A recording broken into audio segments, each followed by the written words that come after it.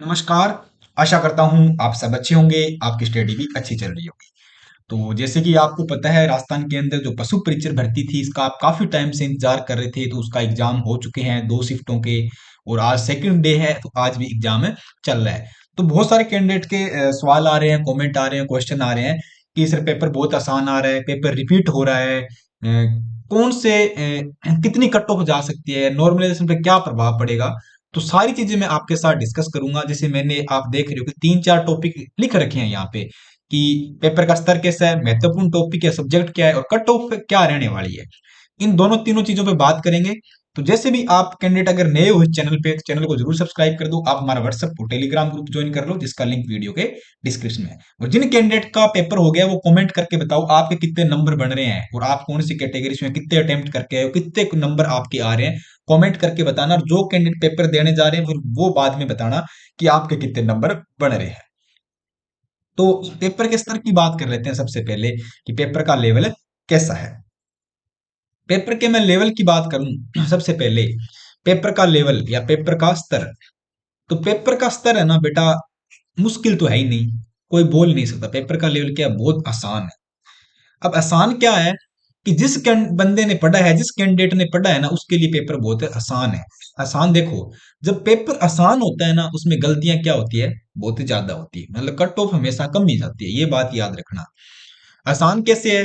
क्योंकि पशुपालन पशुपालन था ना, उसके क्वेश्चन आ रहे हैं। ठीक है, राजस्थान जो जीके है, राजस्थान का जीके, उसके सिंपल सिंपल क्वेश्चन आ रहे हैं, बहुत आसान आ रहा है राजस्थान जीके। और करंट बहुत सिंपल सा आ रहा है। अब सिलेक्शन किसका होगा इस पेपर के अंदर बात करें तो, सिलेक्शन किसका होगा?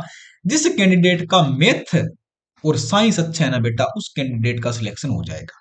क्योंकि मैथ के क्वेश्चन आ रहे हैं लगभग 25 क्वेश्चन। ठीक है, लगभग 25 क्वेश्चन आ रहे हैं मैथ के, हर एक शिफ्ट के अंदर। जितना लोगों ने सोचा नहीं था, सबने सोचा कि 10 के आसपास ही मैथ के क्वेश्चन आएंगे, बट ऐसा नहीं हुआ। मैथ के क्वेश्चन आ रहे हैं 25, और साइंस भी आ रही है अच्छी खासी, इस लेवल की साइंस आ रही है। राजस्थान जीके बहुत आसान आ रहा है, सबको आ रहा है, चुन्नू मुन्नू को ही आता है, इतना राजस्थान जीके आसान आ रहा है। तो सभी कैंडिडेट वो तो कर ही लेंगे।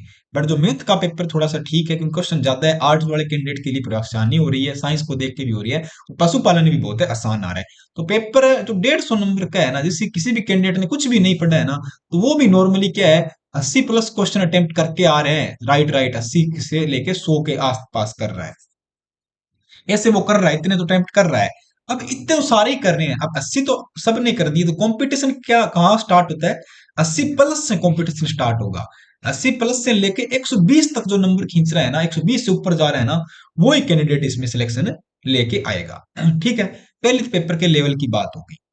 दूसरी बात करते हैं महत्वपूर्ण टॉपिक। महत्वपूर्ण टॉपिक की बात करूं कि क्वेश्चन कहां से रिपीट हो रहे हैं बार बार। जो टॉपिक या सब्जेक्ट की बात करते हैं, जो इंपॉर्टेंट है, इंपॉर्टेंट सब्जेक्ट या टॉपिक की मैं बात करूं, इनमें क्या है, बार बार रिपीट पता है कहां से हो रहे हैं? एक आप पढ़ के जाना, 2011 की जनसंख्या पढ़ के जाओ बेटा, बार बार क्वेश्चन रिपीट हो रहे हैं, हर जगह 5 क्वेश्चन आ रहे हैं। करंट पढ़ के जाओ, करंट जीके राजस्थान का सिंपल सिंपल आ रहे हैं, क्वेश्चन आ रहे हैं। ठीक है, करंट जीके पढ़ के जाओ। मैथ के क्या है, मैथ के फॉर्मूले वगैरह या बेसिक वगैरह है, उसको देखो, मैथ के क्वेश्चन काफी आ रहे हैं, साइंस काफी आ रही है।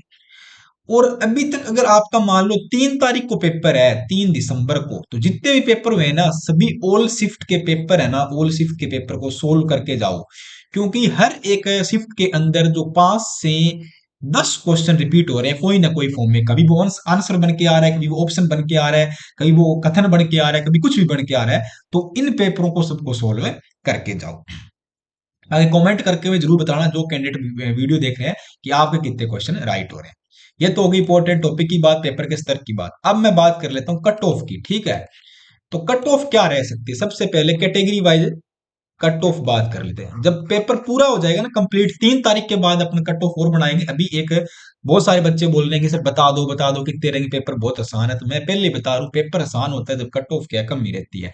अपने मन में ये रहता है कि भाई मैंने 100 कर दिए, चलो 10 और कर देता हूँ, तुक्के ही मार देता हूँ, 10 और कर देता हूँ। ऐसे क्या है कि अपने क्या है नहीं, इनमें 100 के पार निकलते हैं ना, जब मतलब दो ऑप्शन तो हमें आते नहीं है, उनको पता है ये तो ऑप्शन से बाहर ही है, और दो ऑप्शन होते हैं ना, उनमें हमें कंफ्यूजन होता है, फिर हम उनमें तुक्के मारना स्टार्ट करते हैं। तो इस करके क्या है, हमें माइनस की तरफ है चलना स्टार्ट कर देते हैं। अब मैंने जिन बच्चों से बात किया, जो लोग पेपर देख के आ रहे हैं, उनको पेपर देखा है, तो वो पता है कितने कितने क्वेश्चन करके आ रहे हैं। तो पता है कितने कर रहे हैं? सभी लोग अटेम्प्ट कर रहे हैं 130 प्लस अटेम्प्ट कर रहे हैं, कोई 140 कर रहा है, कोई भाई साहब 145 कर रहा है, 150 में से बात हो रही है, इतने इतने क्वेश्चन अटेम्प्ट करके आ रहे हैं। जब वो आके मिला रहे हैं ना क्वेश्चन आंसर की, देख रहे हैं मिला रहे हैं कोचिंग संस्थान से इधर उधर से, अपन हम लोग भी करा रहे हैं, जब उनके पता है क्वेश्चन कहाँ से जा रहे हैं, 145 वाला पहुंच रहा है पता है 85 पे पहुंच रहा है। 100 जो जो जो ज्यादा कम करके आया है ना वो कम गलत कर रहा है, जो ज्यादा करके आया है वो ज्यादा गलत कर रहा है। 140 वाला 90 पे पहुंच रहा है, 130 वाला 110 पे पहुंच रहा है, ठीक है, ऐसे पहुंच रहे हैं। तो आपको ज्यादा रिस्क नहीं लेनी है। सबसे पहले नॉन टीएसपी की बात कर लेते हैं, जनरल कैंडिडेट की। जिस बंदे के जनरल के अंदर 112 टू 115 नंबर के आसपास बन रहे हैं उसका सिलेक्शन है भैया, श्योर है। ओबीसी की मैं बात करूं, 105 से लेके 110 नंबर ओबीसी के है। ये अनुमानित कट ऑफ है, अब सारे पेपर होने दो फिर और कट ऑफ बनाएंगे। अभी क्या है, जो अटेंडेंस रही है ना, वो प्रेजेंट रहे हैं ना बच्चे, प्रेजेंट कितने रहे हैं पता है? लगभग 65% अटेंडेंस आ रही है ओवरऑल मिला के। कहीं 70% है डिस्ट्रिक्ट में, कहीं 50 है, कहीं 75 है, कहीं 66 है। तो ओवरऑल जो अटेंडेंस आई है अभी, वो 65% आई है। अभी एक दो दिन और रुको, देखते हैं सारी अटेंडेंस कितनी आ रही है, फिर कट ऑफ बनाएंगे। क्योंकि 17 लाख कितने फॉर्म थे? 17 लाख फॉर्म थे, 17 लाख फॉर्म थे। अब देखते हैं किसमें कितने फॉर्म है, में बच्चे पेपर देने बैठ रहे हैं। जनरल की होगी, ओबीसी की होगी। ईडब्ल्यूएस की बात कर लेते हैं, 102 प्लस, ठीक है। एससी की बात करूं, एससी की है भैया कितनी, 100 के आसपास रहेगी, और एसटी की तुम्हारी रहने वाली है 95 प्लस।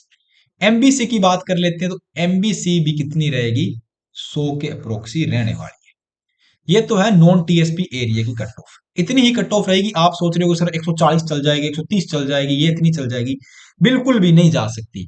आप देखो 115 नंबर, 150 में से 115 कितना होता है, 15 साती 105, 15 आठी 120।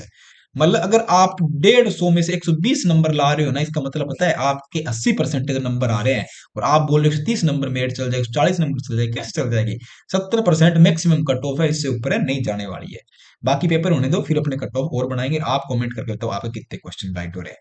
ये तो है नॉन टीएसपी की। टीएसपी और फीमेल कैंडिडेट है ना, वो देखो क्या करना है उनको, क्या है अपनी कैटेगरी से -5 नंबर कम कर लेना। ये रहेगी टीएसपी कैंडिडेट की और फीमेल कैंडिडेट की कट ऑफ। मेरे अनुमान तो यही है, आप कमेंट में अपनी राय जरूर दो। बाकी पेपर होने दो, सबका सॉल्यूशन भी मिलेगा और सबकी कट ऑफ भी आएगी, फाइनल में कितनी अटेंडेंस रहती है ये सब भी अपन डिस्कस करेंगे। आप अपना रिव्यू जरूर देते रहना। तो आज के लिए इतना ही, मिलते हैं नेक्स्ट वीडियो में नेक्स्ट अपडेट के साथ, तब जुड़े रहें। जय हिंद, धन्यवाद।